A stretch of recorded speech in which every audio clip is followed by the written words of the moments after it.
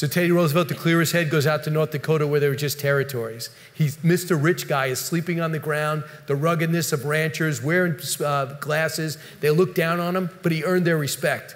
So this guy is building up the perfect resume to lead our country. Comes back, a war hero, becomes governor, and they want to get rid of him because he's getting rid of all the corruption.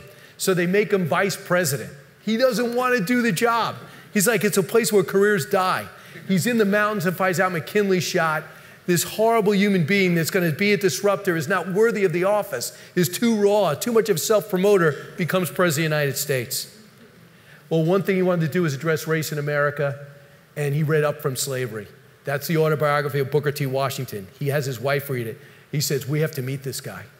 So the book that got me excited, that would get you excited, gets Teddy Roosevelt excited. In 1901, they meet in New York City. He goes, look, I'm only the vice president now. I want to be president one day, but let's work together. He goes, you're going to come to Tuskegee? He goes, I'd love to.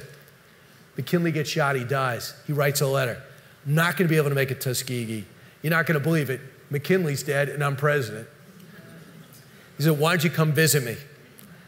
So when he comes in, word gets out that Booker T. Washington's there, so Teddy Roosevelt says, come see me. And that creates the visit to the White House. No pictures, just a sketch. Why was it a big deal?